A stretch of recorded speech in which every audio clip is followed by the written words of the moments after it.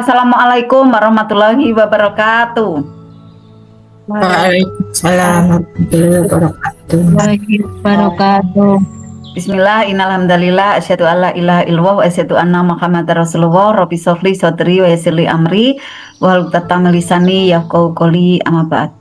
Alhamdulillah, bersyukur sekali kepada Allah pada malam hari ini kita menambah satu kebaikan kembali yang bismillah Allah akan lancarkan. Jadi malam hari ini lancar seluruhnya, mudah, nikmat ya, di dalam menambah, menjumlah dan menggulung energi baik yang sangat bermanfaat nanti menciptakan dari keajaiban yang terus mengalir ya, karena syarat dari keajaiban yang terus-menerus datang, terulang dan terulang, itu energi kita di atas 200 ya, bahkan di sana ya menuju ke plus 6. Nah, menuju ke plus 6 ini nanti di keadaan frekuensi energi kita itu adalah bagaikan Alhamdulillah, terima kasih Bunda Susan, reminder dan openingnya istimewa ya, dahsyat, luar biasa buat kita semuanya, teman-teman semuanya. Tadi banyak langkah-langkah yang sudah ya disampaikan oleh Bunda Susan, tips-tips praktis, dan mudah-mudahan teman-teman bisa praktek nanti ya untuk menjalankan ya rutinitas dalam menghadapi persoalan nanti ke depannya. Oke. Dan nanti Bunda Susan akan menuntun kita di sesi praktek terapi ya. Jadi sekarang izinkan saya untuk membersamai teman-teman ya, di awal kita kajian tentang craft method. Sebelumnya siapkan alat-alat tulisnya ya. Saya izin menyapa teman-teman dulu. Assalamualaikum warahmatullahi wabarakatuh. Waalaikumsalam warahmatullahi wabarakatuh. Apa kabarnya pada pagi hari ini?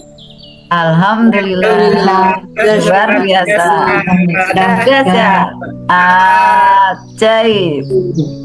Apa itu magnet rezeki? Satu sama terus. Untuk apa kita ada di sini teman-teman? Bersenang-senang. Bagaimana caranya supaya bisa ajaib? Buka perisainya. Ya, yakin semuanya kita bisa ajaib teman-teman? Yakin? Iya. Bisa. Allahu Akbar. Seperti sudah di garis ya, di atas garis keajaiban. Ya, ada batasnya di sana ya, ada garisnya seperti di kelasnya Ustadz Nas di THMR teman-teman untuk bisa ikuti, karena itu melengkapi ya bagaimana cara pandang kuantum kita ya, untuk bisa melihat dari perjalanan kehidupan kita, kemudian petanya itu lebih jelas kembali, karena semakin banyak data yang masuk itu nanti akan semakin mudah ya, semakin lapang, semakin mudah lagi meraih keajaiban di setiap perjalanan kehidupan kita. Yaitu syaratnya untuk bisa kita melewati dari batas garis keajaiban. Bahagia tanpa syarat, bahagianya di atas rata-rata, bukan bahagia yang biasa-biasa saja gitu ya. Karena kalau bahagianya hanya biasa-biasa saja, nanti tertrigger sebuah persoalan ya, atau beberapa persoalan cenderungnya mudah sekali turun ya, kemudian juga ada kesedihan, kemarahan ya, ada kecewa. Nah, itu lapisan-lapisan perisai yang pertama ya. Ini saya akan bercerita dulu sebelum kita nanti akan memasuki ya bagaimana craft method ya yang akan dijelaskan oleh Bunda Pita, agar nanti teman-teman mudah sekali ya mengalami ada di atas ya garis dari keajaiban. Melewati dari garis itu, maka keajaibannya itu terulang dan terulang, datang terus-menerus gitu ya. Walaupun ada tumbukan, rasanya tetap nyaman gitu ya, tetap bisa melakukan kegiatan dengan baik ya, bisa tetap senyum gitu ya, dan rasanya itu tetap nyaman gitu ya, ndak terasa bahwa itu tumbukan. Langsung saat itu juga bisa dalam keadaan yang TSL, terima, syukuri, lepaskan, ndak nyamannya, lalu terjaga lagi, bahagia. Ada seseorang ya yang kemudian mengalami tumbukan teman-teman. Awalnya sudah nyaman gitu ya, sudah baik, tiba-tiba saja juga mengalami ada kemudahan, yang rumahnya itu awalnya biasa-biasa saja, tiba-tiba dapat bantuan gitu, Bunda gitu, saya dapat bantuan, alhamdulillah, ajaib Bunda gitu, alhamdulillah gitu. Tapi ternyata perjalanan kan tidak mulus terus ya teman-teman, ada juga onak durinya gitu ya, turun juga terjal gitu ya, bebatuan gitu kan. Nah, tidak ingat gitu kan pada saat ada tumbukan dengan pasangan hidupnya justru malah nelpon, "Bunda, aku mau selesai saja," gitu ya dengan suami saya gitu kan. "Jangan Bunda, coba tenang dulu," saya bilang gitu kan. Akhirnya saya bel gitu kan. Ternyata pada waktu saya bel beliaunya tidak bisa bicara Bunda karena di sebelah saya ada suami. "Oh ya sudah, muliakan aja dulu," gitu kan. Alhamdulillah. Nah, pada saat ketemu akhirnya saya sampaikan gitu karena mendesak kembali, "Bunda kan pinter, Bunda kan bisa nih buat suami saya pokoknya ndak suka sama saya biar pergi." "Jangan seperti itu Bunda," gitu kan. "Kenapa, ada apa?" gitu kan. Dulu pada waktu ada sebuah ini ya tumbukan atau perselisihan, Bunda bisa menyelesaikannya dengan ada rumus yang saya sampaikan. Nah, sekarang ini Bunda mungkin tidak ingat ya, coba bagaimana langkahnya saat ada ketumbuk yang suaminya ternyata cinta sekali teman-teman. Ini diambil ibrohnya ya karena beliau terlalu protektif gitu ya jadi pencemburu gitu ya. Akhirnya pada waktu melakukan ada sesuatu hal gitu kan, nah curiga gitu kan, menuduh ya. Nah kemudian suaranya itu tidak nyaman gitu kan, nah seperti dibatasi. Pada waktu beliaunya menyampaikan bla bla bla dan lain-lain, coba tenang dulu, tenang gitu kan. Nah ini bisa diambil ya teman-teman ya, diambil hikmahnya. Pada waktu tumbukan terjadi, ternyata ambil nafasnya, kemudian tahan, lepaskan, istighfar, wow keren gitu kan. Terus diamati Bunda coba. Nah setiap kejadian yang ada di depan kita itu sejatinya adalah pantulan gitu kan, pantulan dari energi yang ada di dalam diri kita, mantul ke orang-orang di sekeliling. Nah ternyata ini masih mengena ke suami, berarti kalau suami seperti itu siapa yang tidak tepat gitu kan. Akhirnya iya ya saya Bunda gitu kan. Nah ya udah, berarti kan Bunda yang istighfar gitu kan. Nanti saat Bunda nanti baik ya, melembut, suami juga nanti kena pantulan juga. Pantulan apa? Pantulan kebaikan dari Bunda yang sudah lakukan gitu kan. Akhirnya oh ya Bunda, alhamdulillah pencerahan gitu kan ya. Akhirnya dia sudah sejuk lagi, lembut lagi gitu kan. Nah ini menandakan teman-teman, ternyata pada waktu sudah praktek pertama gitu ya, praktek pertama bisa gitu ya. Awalnya kan udah bisa nih, memang beliaunya lama ndak ketemu saya gitu kan. Nah ternyata akhirnya turun lagi, ndak mudah untuk berlatih. Alhamdulillah kemarin ketemu, akhirnya kita riyadhah bareng, kemudian juga bisa memaafkan dan kemudian terjaga lagi bahagia di atas rata-rata. Nah ini kurang lebihnya teman-teman ya, pentingnya sekali untuk kita bisa rutin masuk kelas gitu kan. Untuk apa? Kita mudah nanti naik ya, naik ke peringkat-peringkat berikutnya gitu kan. Karena pada waktu ada tumbukan itu sejatinya kan ujian. Persoalan itu untuk diselesaikan, bukan untuk dihindari gitu kan. Ya kalau dihindari soal datang lagi gitu. Karena apa? Karena kita untuk bisa mengerjakan soal itu, kita kan mau dinaikkan kelasnya. Karena persoalan itu sejatinya kan bentuk kebaikannya, bentuk cintanya, bentuk rasa kasihnya, kasih Allah. Nah, nyak siapa? Nyak Allah itu gitu kan. Yang kita akan diberikan peringkat kelas yang lebih baik lagi gitu kan. Akhirnya alhamdulillah selesai. Satu lagi teman-teman, seorang anak muda gitu ya. Ini ceritanya kan gambaran-gambaran ya dari orang-orang di sekeliling kita itu.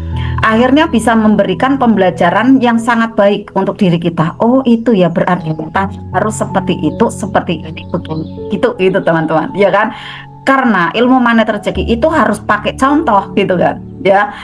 Ustadz Mas saja kalau memberikan ada materi di kelas, nanti contohnya gitu kan, anak misalnya ada persoalan apa, lalu garputala, tenang, sejuk gitu kan ya, kemudian tumbukan dengan istrinya gitu, lembut amat gitu.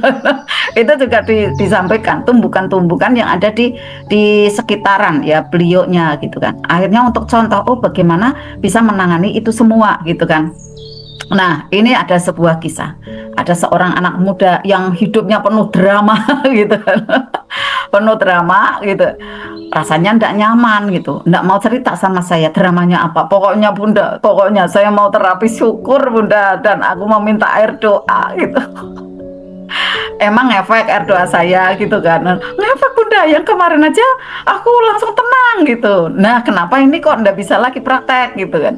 Akhirnya ya udahlah, oke. Nah dikasih doa kan, doanya pokoknya ini air bahagia ya gitu. Setelah beliaunya ikut terapi, kemudian diminum, Masya Allah Bunda, saya langsung saat itu juga langsung rilis plong, bilang gitu. Sebelum tidur gitu ya, sebelum tidur saya sudah langsung memaafkan gitu. Udah selesai semua, apalagi pagi ini, aku udah bahagia gitu. Masya Allah, so full power seperti itu gitu. Alhamdulillah. Jadi teman-teman semua, sebenarnya pada waktu kita rutin berlatih, siapa sih yang beruntung gitu? Kan kita sendiri, bener enggak? Ya kan? Nah, kemudian bukan orang lain, tapi diri kita sendiri. Tapi hidayah ini ternyata teman-teman ya, tidak diterima atau tidak didapatkan oleh semua orang. Tidak teman-teman. Dan pada waktu hidayah belajar ini hadir pada diri kita, berbahagialah teman-teman. Berbahagialah teman-teman yang diberikan ada hidayah untuk berlatih. Karena waktu sekarang ini yang kita investasikan, tenaga, dana yang kita investasikan, yakin teman-teman akan berbuah banyak kebaikan setelahnya. Baik itu kesehatan, keselamatan, ya, kemudian datangnya peluang-peluang baru, kebahagiaan dalam rumah tangga, pertemanan yang semakin melebar, lalu jiwa kita yang semakin bijak gitu kan. Itu semua bisa kita dapatkan dengan berlatih. Coba bagaimana kalau kita tidak berlatih? Keadaan yang luar biasa tidak mudah teman-teman.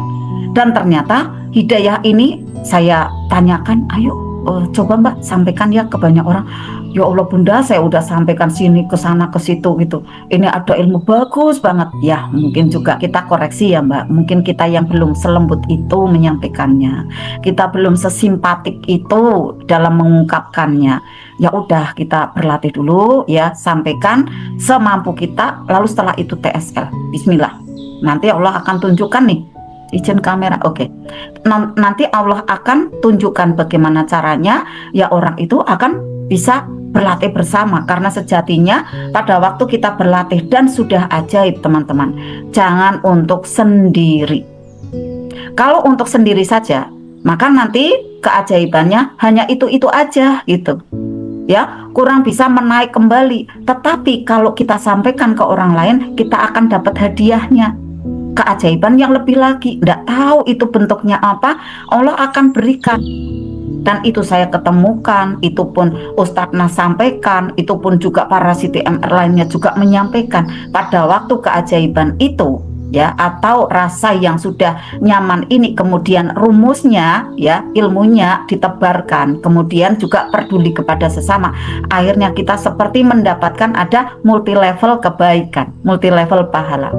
Nah memang pahala itu urusannya Allah ya, urusannya Allah, dan kita tidak bisa menghitungnya seberapanya gitu, tetapi bisa kita rasakan, bisa kita nikmati ada di sini. Alhamdulillah, saya sudah bisa menyampaikan ilmu ini ke orang itu, saya sudah bisa menyampaikan ajakan ini ya kepada beliau.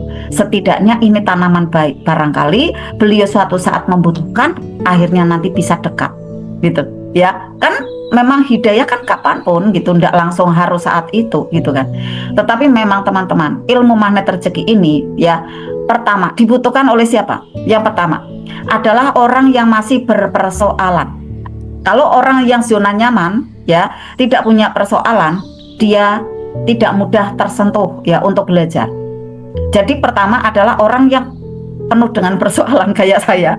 Persoalan di dulu ya, ada di kesehatan, di rumah tangga. Lalu yang kedua adalah orang yang mempunyai impian. Sudah tidak punya persoalan, tapi punya impian gitu.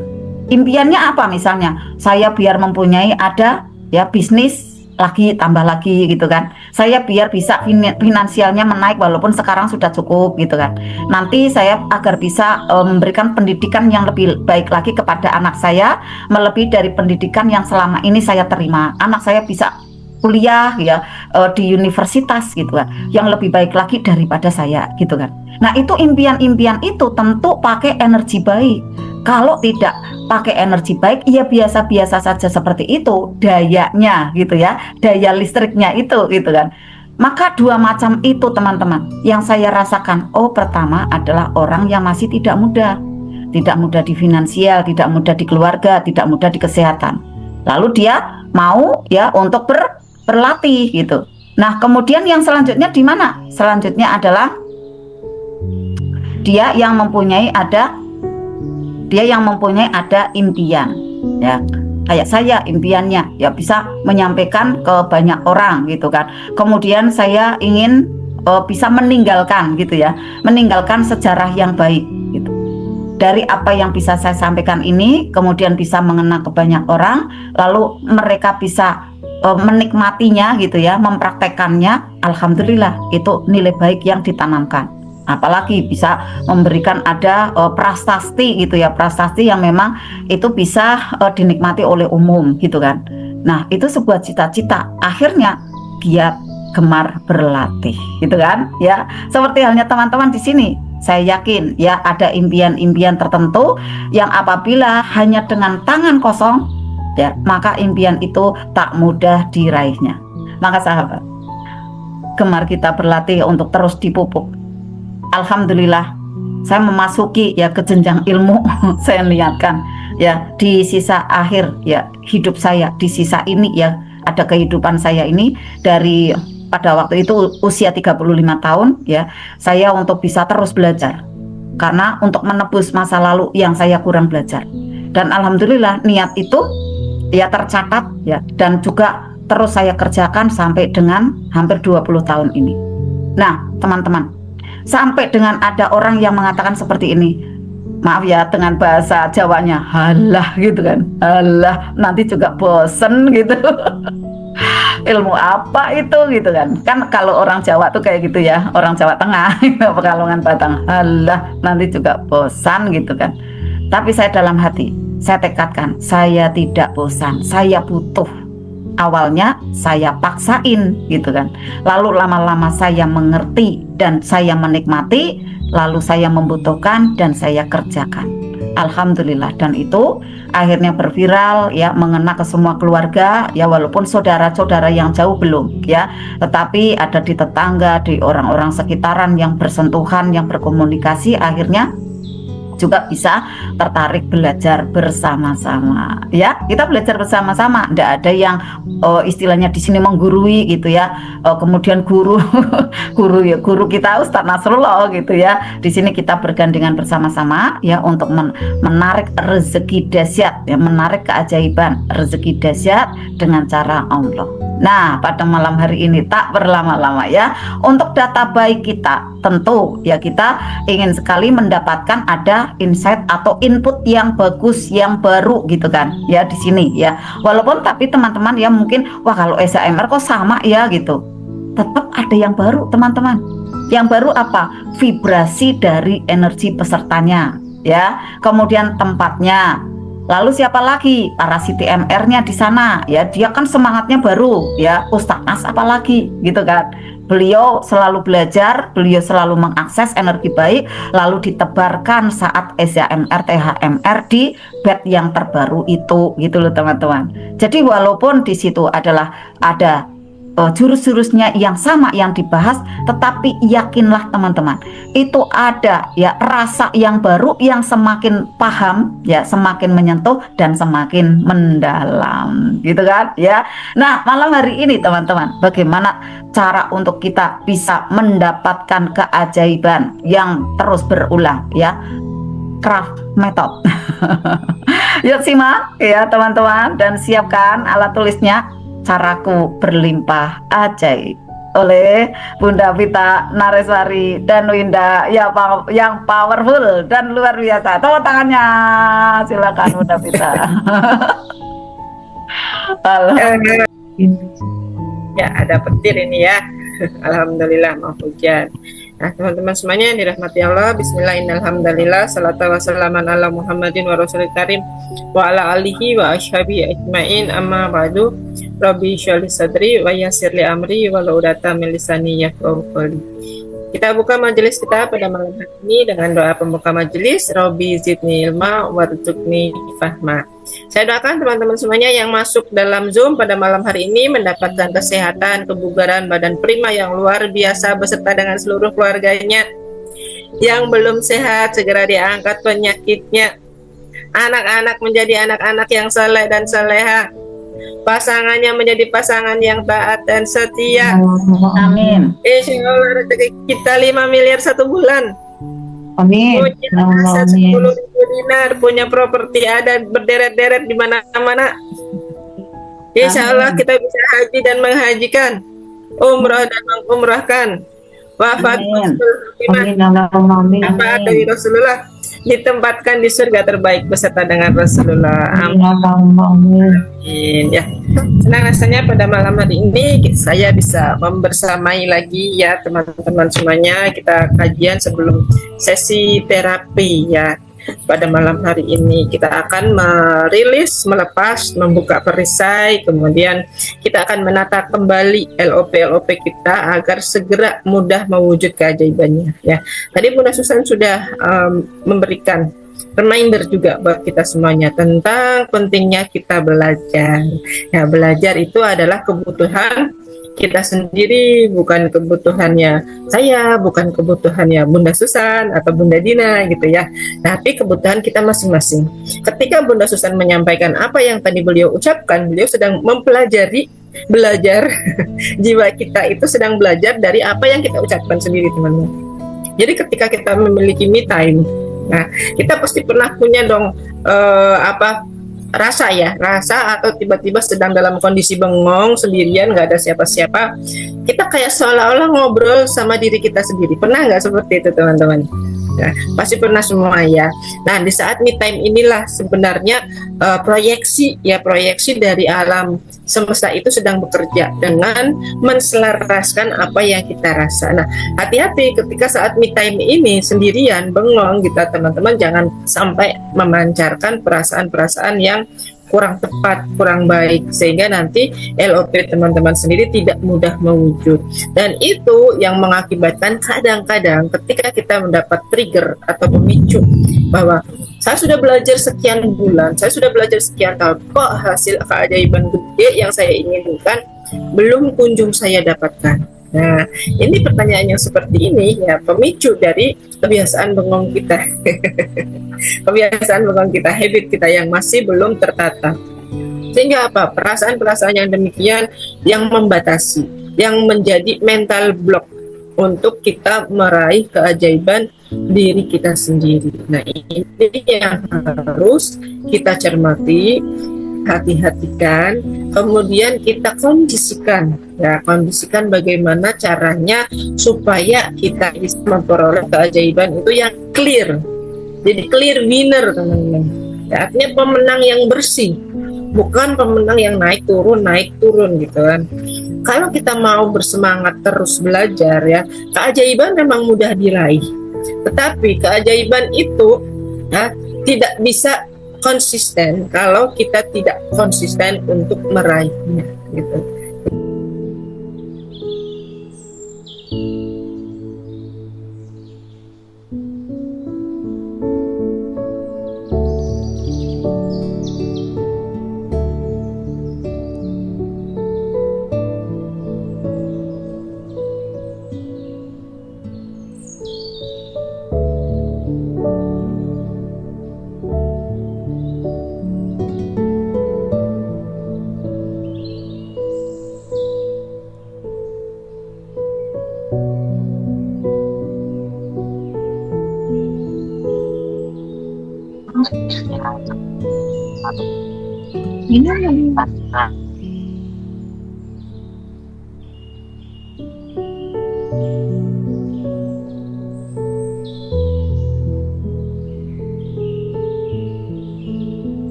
Oke. Suara saya terdengar teman-teman? Ya, karena di sini hujan ya. Di tempat saya sedang keren, alhamdulillah turun hujan deras. Jadi mungkin sinyalnya juga sedang indah. Suara saya terdengar teman-teman? Bunda. Ya, alhamdulillah. Udah jelas ya, tidak putus-putus. Jelas Bunda. Oke, saya lanjut ya. Nah, tadi kita sampai kepada pembiasaan pembelajaran ya, belajar untuk diri kita sendiri. Nah, kemarin ya, saya sedang mengadakan pelatihan atau training yang diprakarsai oleh salah satu member Magnet Rezeki, ya dia memiliki sekolah gitu ya yang menginginkan bagaimana guru-guru yang ada di sekolahan tersebut itu bisa menjadi guru-guru yang positif gitu, dan guru-guru yang bisa memiliki mental spiritual yang bagus. Saya bilang kalau pelatihan workshop sehari 2 hari itu tidak cukup untuk membentuk kepribadian seseorang gitu. Kepribadian seseorang bisa terbentuk manakala dia memiliki habit, nah, dan habit atau kebiasaan itu terbentuk dari karakter yang berubah gitu. Karakter yang berubah akan mengiringi sebuah tindakan dari karakter yang bagus itu bisa membuahkan nasib untuk diri kita sendiri. Nah, seperti inilah sebenarnya hukum magnet rezeki bekerja. Tapi tidak banyak orang yang memahami ini. Kalaupun ada orang yang tahu itu, tapi belum sampai ke level paham. Kalaupun sudah ada yang paham, nah, kadang-kadang untuk menularkan kembali pun belum mudah. Nah, sebelum kita bisa menularkan kepada orang lain sehingga menjadi pahala-pahala ladang amal jariah buat kita latih dulu kepahaman yang kita miliki saat ini. Nah, pada malam hari ini saya memiliki sebuah kajian yang bertema ya tidak jauh dari LFP juga, dan bagaimana teman-teman bisa lebih ajaib berlimpah dengan metode craft method. Sebenarnya ini adalah sebuah metode pendalaman dari LOP itu sendiri ya. Saya izin untuk share screen-nya. Terima kasih. Nah, teman-teman pernah nggak menghadapi situasi ini? Misalnya teman-teman adalah seorang guru, gitu. Ketika menyiapkan sebuah perangkat perencanaan pembelajaran atau modul ajar yang kreatif, misalnya dengan modul ajar berbasis proyek, gitu kan.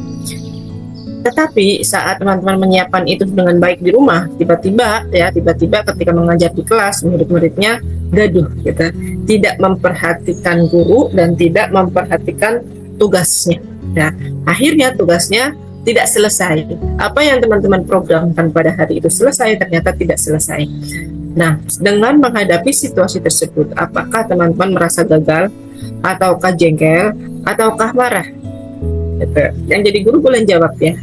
Kemudian yang berikutnya, apabila ada seorang pegawai, gitu kan, kemudian di perusahaan Anda sudah bekerja lembur untuk mencapai target dari perusahaan, teman-teman memberikan performa yang terbaik, gitu.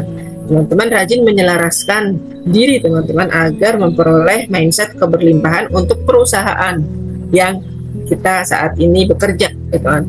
Namun saat evaluasi tahunan, justru rekan kerja kita yang mendapatkan promosi dan bonus yang lebih besar. Nah, apakah perasaan teman-teman di sini merasa cemas, iri, atau menganggap usaha yang saya munculkan selama ini sia-sia? Nah, pernah nggak? Atau mungkin teman-teman adalah seorang pengusaha, ya.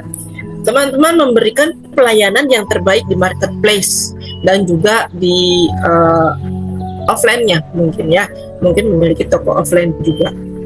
Teman-teman memberikan pelayanan yang terbaik di sana dengan diskon harga yang bersaing dan kompetitif, gitu kan. Kadang-kadang teman-teman sudah memberikan bonus juga ketika ada orang yang berbelanja di sana dengan tujuan pelanggan itu menjadi pelanggan tetap, gitu, dan repeat order kembali.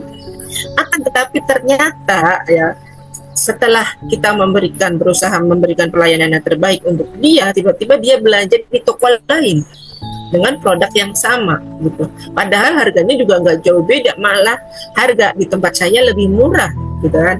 Ya, dia nanya-nanya segala macam, saya layani dengan baik. Dia nanya-nanya manfaat produk, saya juga melayani dia dengan baik. Tapi kok dia teganya, gitu kan, pelanggan tersebut lari dengan berusaha membanding-bandingkan, gitu kan.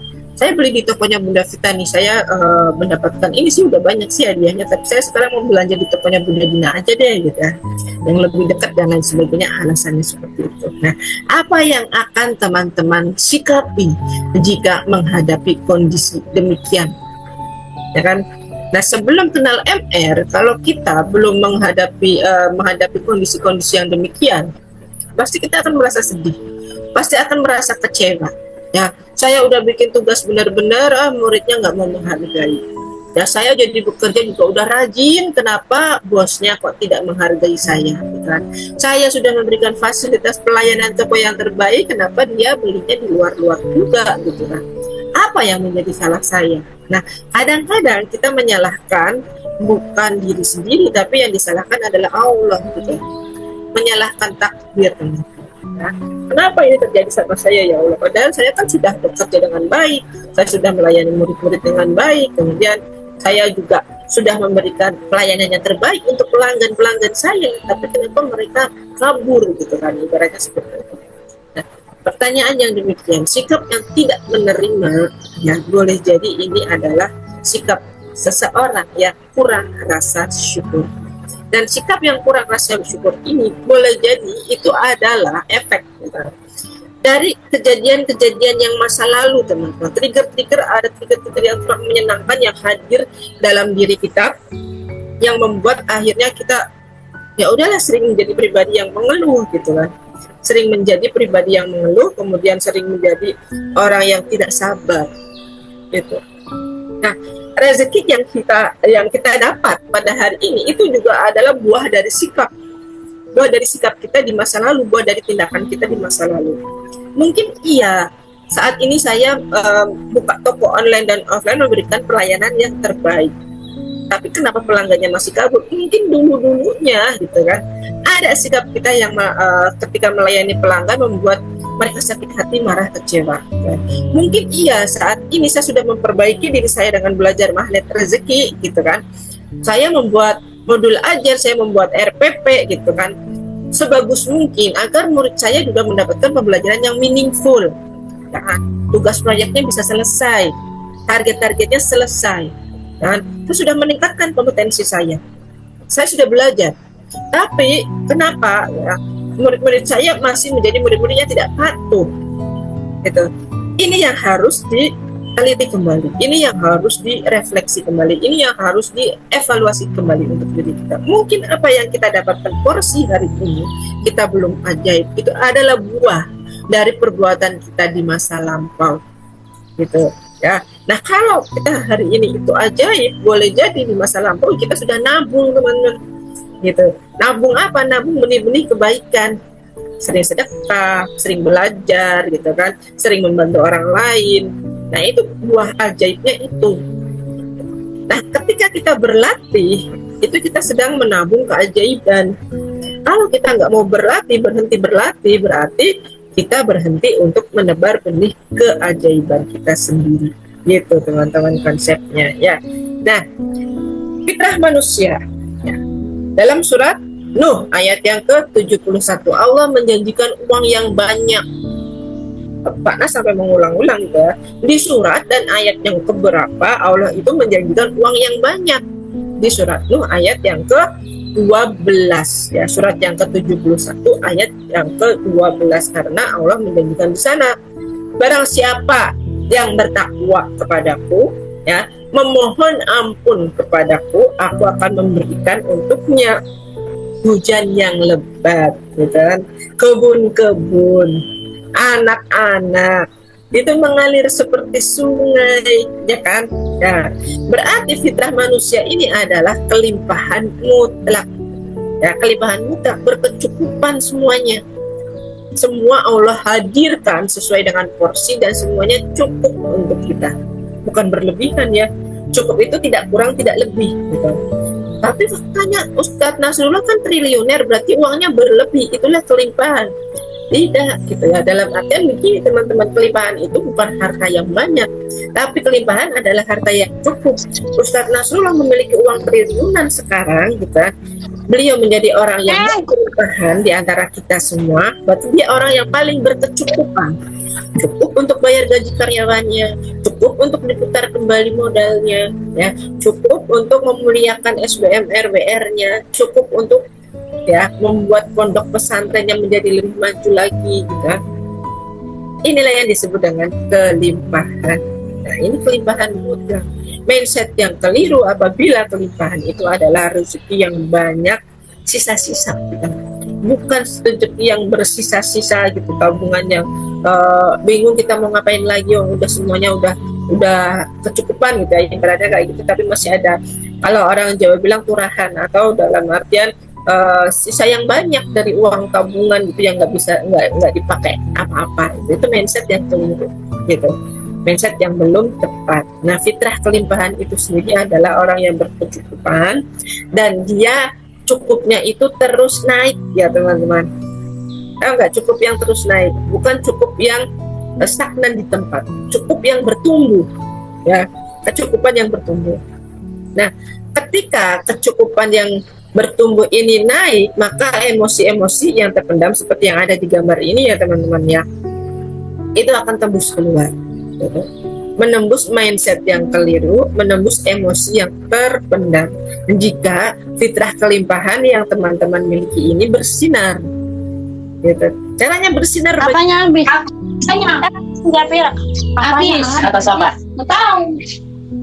apa nih, mic-nya bocor ya, tutup dulu ya.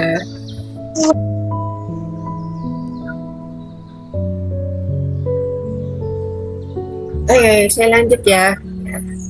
Setiap orang pada dasarnya lahir dalam keadaan berkelimpahan. Nah, kita tidak perlu mencari kelimpahan di luar sana. Kelimpahan itu hadirnya ada di dalam jiwa kita. Ya, ada di dalam jiwa kita, merasa cukup. Gaji saya dulu 35.000 tapi saya merasa cukup, berarti artinya saya berlimpah. Ketika saya memiliki gaji 300.000 naik nih gitu kan, kok malah kurang ya? Nah, berarti saya tidak berlimpah lagi gitu, karena ada rasa kurang bersyukur di sana. Nah, rasa yang tidak bersyukur akan membuat perisai gitu ya, membuat perisai untuk diri kita untuk mencapai kelimpahan yang terus bertumbuh. Nah, kita hanya perlu menyingkirkan lapisan emosi itu dan mindset yang keliru itu ya, agar tidak menghalangi fitrah dari kelimpahan yang kita miliki. Itu adalah bukan sesuatu yang ditambahkan, tetapi sesuatu yang harus diungkap itu dilepas, dirilis ya, dilepas bungkus atau perisainya gitu. Nah, sering kita bertanya, ampuhkah LOP ku? Nah, hukum LOP mengajarkan bahwa realitas hidup manusia merupakan pantulan langsung dari getaran frekuensi batin dan kondisi emosional mereka. Dunia luar hanyalah data gitu, penampil data internal kita. Nah, sehingga perubahan nasib hanya bisa terjadi dengan memperbaiki kualitas energi di dalam diri kita. Pernahkah teman-teman semua mengevaluasi kualitas diri yang kita miliki? Nah, boleh dijawab di kolom komentar. Pernahkah teman-teman mengevaluasi kualitas diri yang ada di diri kita masing-masing? Boleh dijawab ya. Pernahkah teman-teman mengevaluasi kualitas diri yang ada di diri kita masing-masing? Hanya jawab pernah atau tidak pernah ya, cukup itu. Saya tidak menuntut explanation atau penjelasan panjang lebar. Ya, saya hanya ingin melihat kejujuran teman-teman ya. Mengevaluasi kualitas diri pernah dilakukan apa enggak? Saya ini setelah belajar di Bunda Arta makin baik atau enggak gitu kan? Saya ini setelah belajar sama Pak Nas makin baik apa enggak? Apakah ada yang bertumbuh di dalam diri saya, gitu?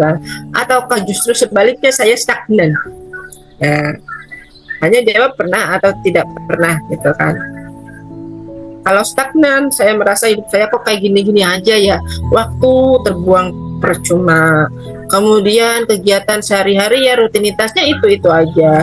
Dari pagi, siang, sore, malam ya begitu-begitu aja. Hidupku kok kayaknya nggak ada perubahan ya. Nah, berarti kita mungkin belum pernah untuk mengevaluasi diri kita sendiri. Ayo siapa yang mau coba jawab nih? Sudah ada Bunda Primi, ya Mbak Ani, Bunda Sulis, Bunda Dina. Nah, Oke, Bunda Esriana nggak jawab? Lagi dong, siapa lagi nih? Bunda Amri Ratna jawab. Bunda Daryanti, Bunda Priyanugraha, Dandil Nugraha. Bunda siapa tuh? Lupa ya, Bunda Dini. Oke, Bunda Ida, Bunda Waliaton, Pak Ngaseri, Bunda Rohani. Iya, alhamdulillah. Ya, terima kasih yang sudah menjawab. Ya, berarti teman-teman rata-rata pernah mengevaluasi diri kita masing-masing. Ya, rasanya bagaimana teman-teman setelah dievaluasi?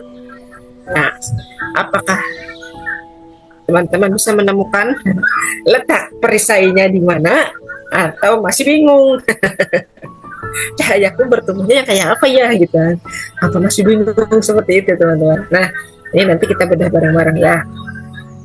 Lanjut dulu. Nah, lihat ini ya teman-teman, ya ada proyektor layar, dan proyektor itu gambarnya berasal dari film yang ada di dalam laptop kita atau film yang ada di HP. Kan proyektor tidak hanya laptop ya, proyektor bisa memproyeksikan HP juga sekarang gitu kan, atau memproyeksikan televisi juga bisa gitu kan. Tapi ya perangkat proyektor ini ya LCD itu hanya menampilkan data yang ada di layar koneksi yang harus ditampilkan, misalnya televisi, misalnya laptopnya. Ya, secara mudahnya di laptop deh gitu. Apa yang ada di dalam laptop itu akan terpancar, diproyeksikan oleh si LCD ini menjadi sebuah layar. Nah, itu kan hukum dari law of projection. Nah, kita menganalogikannya, diri sendiri itu adalah ya laptopnya. Kemudian data internal ya, yang tampil di laptop kita itu adalah pikiran, hati, perasaan. Ya, pikiran, perasaan, dan motivasi kita itu adalah data internal. Sedangkan apa yang muncul di layar itu adalah realita kehidupan kita atau dunia luar. Itu aturannya bahwa jika data di dalam diri atau film-film ya yang teman-teman tayangkan di dalam diri kita itu berisi kesedihan, kekurangan, maka yang dipantulkan di layar kehidupan kita ya terus-menerus nggak punya uang, ya kan, penghasilan kurang gitu kan. Buat makan nggak ada, buat sedekah apalagi, saya miskin tidak berguna, dan kata-kata yang tidak disiplin kata lainnya. Nah, ini adalah ya data internal kita teman-teman. Film yang kita putar di dalam pikiran kita, di dalam perangkat yang kita miliki, akhirnya tertangkap oleh alam semesta menjadi sebuah pancaran, kan? Nasamu adalah LOP terampungnya. Dunia luar, realita hidup itu adalah pancaran apa yang ada di dalam pikiran kita. Maka untuk mengubah realita kehidupan kita biar kita bisa kaya, biar kita bisa berlimpah tadi, selalu merasa cukup, apa-apa ada gitu kan. Apa-apa yang kita miliki itu bisa mendapatkan seketika gitu loh, nggak harus delay, nunggu lama gitu. Saya mau beli seragam tapi belum tahu uang dari mana, kan sedih bunda. Bayangannya hanya gaji dan gaji. Kamu nggak pernah ngebayangin si uang Allah itu di langit banyak saja. Lah caranya uang Allah banyak itu seperti apa gitu kan? Caranya hanya cukup di LOP aja, dibayangin aja, dibatin aja gitu kan. Saya tadi pagi kemarin ya, saya pengen closing deh ya, saya pengen closing, ada orang yang belanja malam-malam. Alhamdulillah barusan ada yang chat, bunda saya belanja beli susu gomilku, padahal hari ini saya belum iklan. Ya, tarik pakai LOP aja teman-teman. Karena apa? Kita memancarkannya dengan rasa bahagia gitu kan. Alhamdulillah ada yang closing beli malam-malam gitu kan. Terus ada lagi yang telepon, itu harganya berapa lagi, minta daftar harga gitu kan. Alhamdulillah. Nah teman-teman, inilah kalau mau mengubah realita kita, maka kita jangan memanipulasi pura-puranya sih pertamanya nggak apa-apa, pura-pura bahagia, tapi untuk selanjutnya harus bahagia beneran, tulus bahagianya gitu. Mengganti film yang ada di dalam layar kehidupan kita itu ya, supaya bisa menjadi layar kehidupan yang baik-baik aja gitu teman.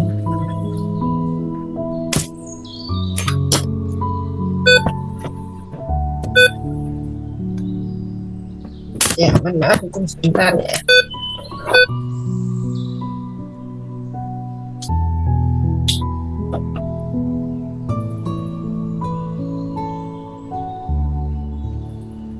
Nah, kemudian kita akan mempelajari tentang craft method, yaitu jangkar emosi.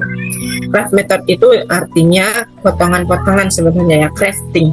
Ya, crafting, teknik crafting atau teknik memotong. Memotong apa? Garis kebenaran kita, perisai rezeki kita. Ya, emosi kita harus dikasih jangkar. Tahu jangkar ya? Jangkar itu adalah alat yang membuat bentuknya itu seperti ini teman-teman, kapal gitu, yang buat kapal itu bisa berhenti itu kalau jangkarnya dijatuhkan. Maka teman-teman bisa memperoleh keajaiban kalau emosinya dikasih jangkar gitu. Dijatuhkan emosinya gitu. Ketika kita bisa menyelaraskan diri dengan frekuensi kelimpahan melalui rasa syukur, kasih sayang, ketenangan batin gitu. Supaya apa? Semesta itu bisa memantulkan hal positif yang serupa. Maka kalau kita menghadapi keadaan situasi yang nggak ada uangnya, ya kan, gaji pas-pasan, yang harus dimunculkan adalah rasa syukurnya, gitu, ya. Lalu ketika sudah jatuh tempo, misalnya mau perpanjangan nih, itu kan uangnya kan belum ada, ya munculkan dulu rasa syukurnya. Uangnya ada, uangnya ada, uangnya ada. Bismillah, uangnya ada, saya bisa, gitu. Nanti teman-teman nggak akan tertrigger lagi, dan kalau di WA Bunda Dina untuk mengingatkan bakalan bahagia, karena ini memang sudah saatnya, berarti saya harus menanam benih gitu. Benih apa? Rasa syukur dan kasih sayang untuk pembelajaran teman-teman bisa masuk ke ruangan privat TRFFLOP ataupun ke ruangan terapi syukur sadar nafas ini gitu. Nah, dari rasa yang tenang itulah semesta memantulkan hal positif yang serupa. Karena rezeki sifatnya suka sama jiwa yang tenang, tidak suka sama jiwa yang suka marah-marah, mengeluh, dan tidak berprasangka baik kepada Allah. Emosional, fokusnya sama kekurangan, dan fokusnya kurang, hidupku tidak bahagia. Kamu selalu berfokus pada hidup yang tidak bahagia, makanya hidupmu terkabul tidak bahagia gitu kan. Misalnya kita berfokus pada suamiku nggak kerja gitu kan, suamiku hanya numpang, suamiku begini, suamiku begitu, fokus pada persoalan kekurangan suami, maka yang muncul dalam realitas selalu suaminya berkekurangan gitu. Maka agar manifestasi ini keinginan teman-teman bisa terwujud secara alami, ubah dulu filmnya gitu kan. Ubah dulu pikiran, hati, dan perasaannya. Nah, hukum interaksi yang pertama ya, pemancar dan penerima. Teman-teman itu sebenarnya seorang pemancar, alias teman-teman itu tower alias teman-teman itu antena gitu kan. Semakin tinggi teman-teman punya antena, semakin tinggi teman-teman punya towernya, maka teman-teman bisa menerima sinyal itu lebih bagus. Baca di sini. Kalau teman-teman memancarkan rezeki yang baik, selalu nggak ada rasa yang resah ya, kemudian bisa langsung memaafkan seketika, bahagia gitu kan, mau tidur aja udah bahagia banget gitu kan. Nah, terus menerus pancaran seperti ini, maka medan kuantum teman-teman akan terisi dengan energi brilian, dan kemudian itu dipantulkan kembali menjadi realitas. Misalnya tadi Bunda Susan cerita sakit hati gitu ya tapi sudah memaafkan seketika gitu, kok bisa? Nah, teman-teman bisa nggak memaafkan orang ya yang sudah membuat hati kita nggak nyaman seketika? Caranya bagaimana? Ya caranya ya kita berusaha untuk lepasnya di ruangan ini, terapi syukur gitu. Ketika teman-teman bisa bersyukur, pemancar atau antena sinyal dari teman-teman semuanya itu tinggi. Nah, ini akan mudah untuk menerima realitas yang lebih bagus dan lebih cepat. Kalau sinyalnya bagus kan Ya, sinyal yang bagus kan kita nge-zoom lancar. Coba sinyalnya tadi barusan ngedown, hati kita ikutan ngedown, dan nge-zoomnya nggak lancar teman-teman, ya kan? Nah, ini yang harus kita pahami. Bahasa sederhananya seperti itu. Nah, ibaratnya hati kita adalah cermin tanpa filter. Semesta itu adalah cermin, ya, cermin yang dipantulkan di luarnya. Sedangkan kita adalah cermin yang ada di dalamnya. Semesta itu tidak memperhatikan, tidak membedakan pantulan bagus atau pantulan yang enggak bagus. Dalam artian begini, kalau saya berkaca pada cermin, saya melihat diri saya ada jerawat di atas jidat. Semesta nggak peduli gitu kan. Jerawat kamu is jerawat gitu kan. Semesta nggak peduli itu. Kalau nggak ada jerawatnya pun, ya, alias kulit saya sedang dalam keadaan halus dan lembut, semesta juga tidak peduli. Tapi ketika kita melihat, ya, saya melihat di kaca, waduh jerawat gede banget gitu, ngumpul kayak bisul nih di sini. Nah, ketika saya bilang bisul gitu, benar jadi gede, tambah gede gitu. Ini memberikan realitas. Karena apa? Mengkonfirmasi ketakutan yang ada di dalam diri saya gitu. Ketika saya bilang jerawatku kering, jerawatku sembuh, maka itu pun akan menjadi sembuh, teman-teman. Nah, tentunya ada ikhtiar gerak-geraknya supaya jerawat ini mengering dan tidak semakin membesar gitu. Kita harus kasih obat. Nah, begitu juga dengan diri kita, cermin teman-teman. Kalau cermin kita kotor berarti harus dielap, ya kan? Kita hanya melihat dari luar seperti melihat jendela buram gitu. Nah, kalau cerminnya nggak bagus, pantulan dari dalam diri kita juga berarti tidak bagus. Film yang kita putar penuh ketakutan, penuh emosi, penuh amarah, penuh kecewa, penuh sakit hati. Lah mau sampai kapan selesainya? Gitu. Ya, saya bilang kemarin sama bapak-bapak ya yang merasa menjadi korban bullying cucunya gitu kan. Bapak mau sampai kapan menyimpan dendam? Katanya tadi sudah tidak mempermasalahkan, tidak minta ganti uang damai dan lain sebagainya, hanya ingin diselesaikan kekeluargaan. Lah ini udah gitu. Bapak masih mau marah sama mereka, iya terserah Bapak gitu. Mau berapa lama lagi gitu.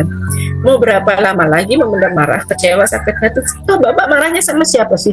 Orang terdekat di lingkungan Bapak sendiri. Begitu juga kalau kita punya amarah, kecewa, sakit hati sama keluarga. Siapa yang kita kecewain? Suami misalnya, istri misalnya, anak misalnya. Mau sampai kapan kita mau marah-marah terus gitu kan? Menghadirkan realitas kecemasan. Sehingga yang terjadi keluarga kita gitu-gitu gitu kan. Nggak ada perubahan sama sekali gitu.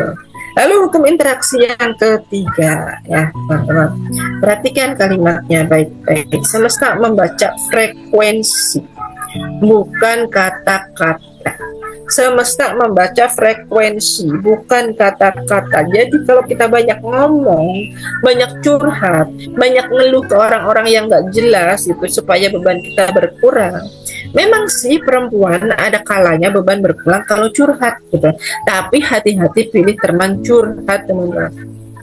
Nanti kalau saya diem aja dikira nggak mau ngomong, nanti nggak dikira orang-orang sombong loh, bukan gitu kan. Kita bisa cari materi konten untuk diobrolkan yang lainnya, bukan materi tentang mengeluh kan.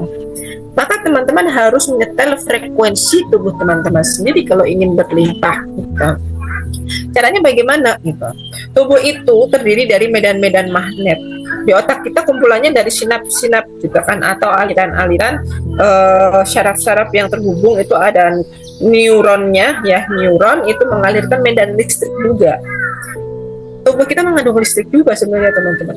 Nah, medan listrik ini yang ada di dalam diri kita, bagaimana dia merasa takut, bagaimana dia merasa kekurangan, maka kita sedang merequest di alam semesta nasib kita sendiri.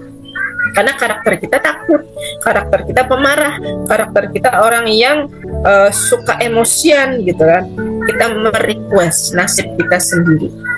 Tapi kalau teman-teman mau belajar, teman-teman mau mendengarkan nasihat, dan teman-teman mau mengikuti sebuah nasihat, maka teman-teman mengatakan pada diri kita sendiri, saya orang yang berkelimpahan. maka tubuh kita menjadi sinyal listriknya adalah memancarkan sinyal-sinyal ketenangan, rasa syukur, dan ya, damai. Maka request kelimpahan dan keajaiban diterima. Saya pernah LOP. LOP-nya udah agak lama, tapi baru kejadian kemarin gitu. Ya dalam bulan ini juga. Saya bilang, kayaknya nih kalau dapat penghasilan 1 juta sehari, alhamdulillah saya bersyukur benar ya Allah gitu. Nah ternyata saya sampai di titik, oh iya benar, saya pernah LOP, saya pernah merequest saya dapat penghasilan 1 juta sehari. Di meja saya ada uang 1 juta, di tangan saya ada uang 1 juta gitu. Kok bisa gitu kan? Walaupun belum konsisten, saya belum minta 1 juta sehari selama 1 bulan berturut-turut gitu. Requestnya dikabulkan sama Allahnya gitu, 1 juta 1 hari, tapi bukan setiap hari. Saya salah requestnya, harusnya saya requestnya saya mau 1 juta setiap hari.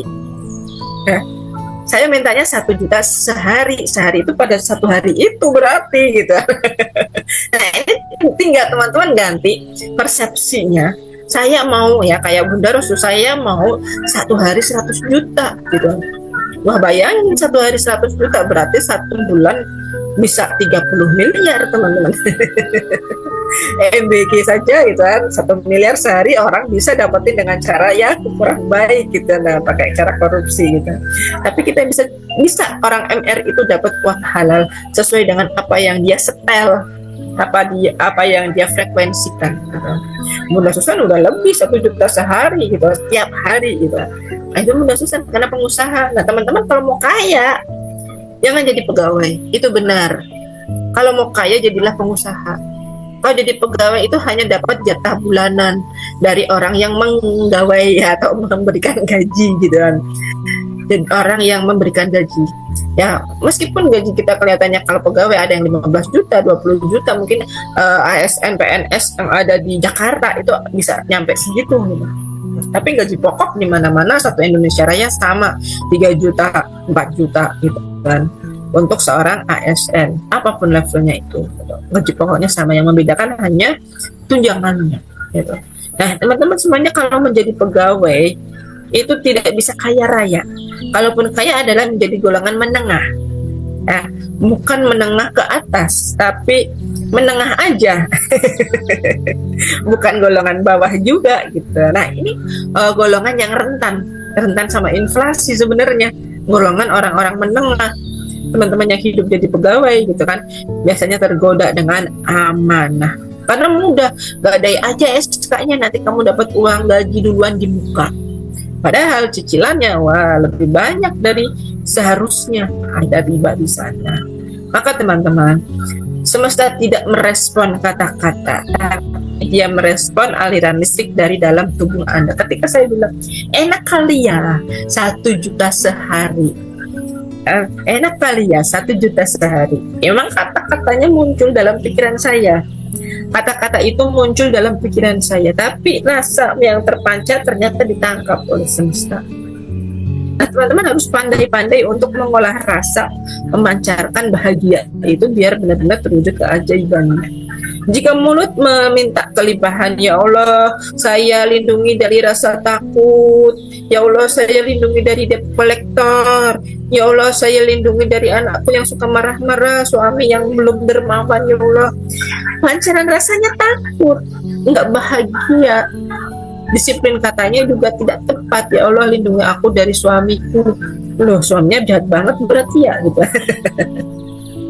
Harusnya disiplin katanya dirubah. Alhamdulillah ya Allah, terima kasih suamiku baik, suamiku dermawan, suamiku sehat, suamiku kasih aku uang yang banyak gitu. Nah supaya apa? Semesta mewujudkan ya, perintah mutlak yang Anda kirimkan dengan rasa yang bahagia. Daripada teman-teman berdoa, ya Allah izinkan suamiku menjadi suami yang soleh, izinkan istriku menjadi orang yang soleha, izinkan anak-anakku belajar di pondok dengan baik, itu hanya sekedar doa, tapi rasa yang muncul di dalam hati adalah rasa yang kurang bahagia, maka tidak mudah terwujud. Realitanya suaminya tetap tidak dermawan. Ada yang seperti itu ya. Lalu hukum interaksi yang keempat, syarat mutlak penyelarasan. Nah ini pikiran dan perasaan ya, punya integrasi di tengah-tengah ini. Integrasinya adalah teman-teman harus menciptakan pikiran teman-teman ini penuh dengan rasa syukur, cinta, dan ketenangan. Supaya apa? Semestanya juga merespon, menarik keberlimpahan agar terjadi penyelarasan getarannya antara getaran apa yang saya pancarkan di luar gitu kan, dengan getaran apa yang saya pikirkan harus selaras sama gitu. Kita tidak bisa menarik kelimpahan dari posisi membutuhkan. Ya Allah saya butuh mobil, nggak bisa. Allah bilang nggak bisa. Kenapa? Kalau mau menarik kelimpahan, syukuri dulu. Ya Allah terima kasih saya punya motor hari ini. Dan saya akan memancarkan mobil ada gitu. Meskipun saya belum butuh mobil gitu. Tapi harus terlebih dahulu memancarkan energi syukurnya, cinta, tenang, damai gitu. Energi inilah energi yang identik dengan yang namanya kelimpahan itu sendiri gitu. Lalu bagaimana teknik mengelolanya? Ya, mengelola proses itu memahami jeda waktu realitas. Setiap orang punya masa bertumbuhnya sendiri-sendiri. Setiap orang punya masa turun keajaibannya sendiri-sendiri. Boleh jadi hari ini saya dapat keajaiban, tapi Bunda Estriana belum. Boleh jadi besok Bunda Estriana dapat keajaiban, tapi Bunda Amri Ratna belum. Kan? Ibaratnya kayak gitu. Kita punya masa waktu untuk merealisasikan LOP kita. Dengan apa? Sebenarnya ini ada pergeseran dari dunia kuantum. Perubahan data-data batin kita ini bisa kita peroleh dengan cara belajar yang rutin. Ya kan? Kita mau nyetel film bagus itu hasil dari belajar. Kita menjadi sutradara untuk diri kita sendiri dan kita pula lah aktornya. Teman-teman adalah penulis skenario untuk diri teman-teman sendiri. Kalau teman-teman menulis skenario saya tidak layak untuk bahagia, saya tidak layak untuk bisa PPG gitu, saya tidak layak untuk menjadi guru di sekolah A gitu kan, maka data batinnya yang didapatkan itu akan ditangkap oleh semesta.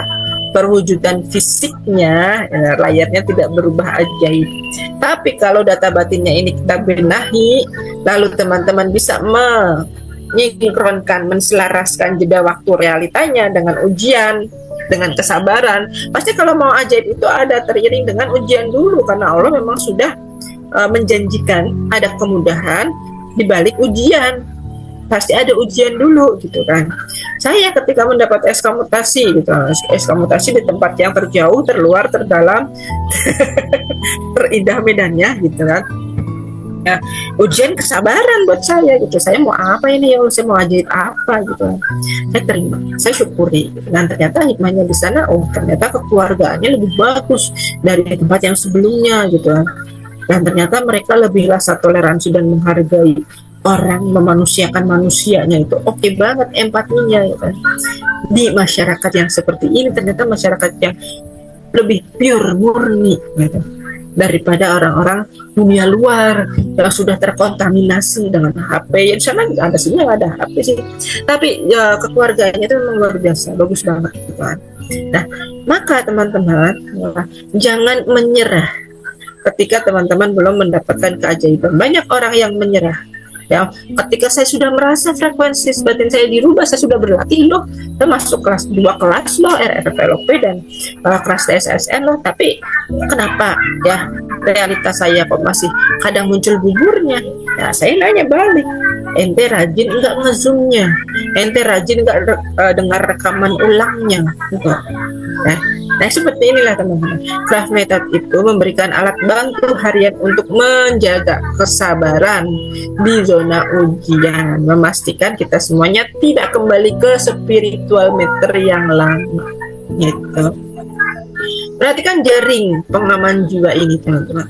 Nah, peran komunitas sebagai jaring pengaman jiwa. Nah teman-teman ada di mana nih posisinya nih? Lihat ini ya jaringnya ya. Ternyata teman-teman semuanya ada di tengah. Dan ketika ketika teman-teman ada di tengah, teman-teman mau keluar kena gempuran yang futur nih, gitu kan. Kalau teman-teman mau berkomunikasi, ya, teman-teman mau untuk praktek harian, teman-teman mau untuk berinteraksi dengan sesama satu grupnya peserta-peserta area FFLOP dan terapi syukur, teman-teman akan merasa happy selalu. Kenapa teman-teman tidak happy? Karena teman-teman tidak mau berbagi, baik itu berbagi kenikmatan ataupun berbagi kesusahan, gitu. Lo kok bisa bilang begitu? Iya, hanya mau japri-japri aja, gitu kan? Boleh kok hanya jawab di grup. Di grup itu kan fungsinya kita saling belajar, kita saling mengerti, kita saling menjaga, kita saling untuk memberikan energi satu sama lain. Dengan adanya obrolan di grup, gitu loh teman-teman. Maka prasangka baik dan rasa syukur akan tumbuh di grup itu kalau kita mau. Maka jangan ada rasa sungkan, jangan ada rasa segan, jangan ada rasa ewuh pakewuh, gitu, untuk bertanya dalam komunitasnya teman-teman. Teman-teman udah punya wadah, ya kan? Wadah apa? Buat nampung rezeki. Dan Rasulullah aja bersabda gitu, tidaklah rezeki itu akan dipanjangkan apabila seseorang memutus tali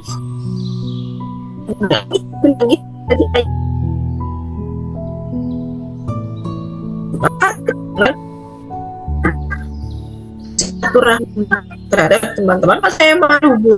Saya malu kan bisa tanya kan siapa yang Bunda. Saya rumah nah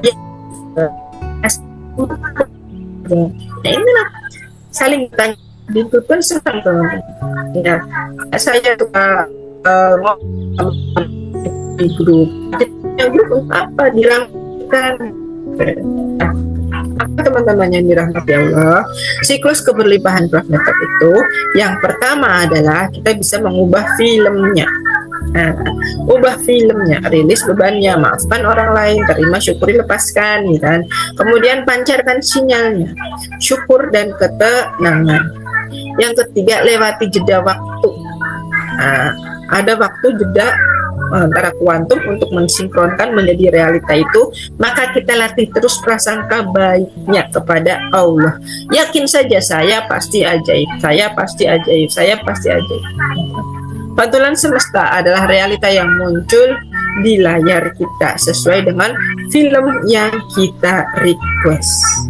Maka ubah filmnya, layarmu akan mengikuti. Kita semuanya terlahir berlimpah.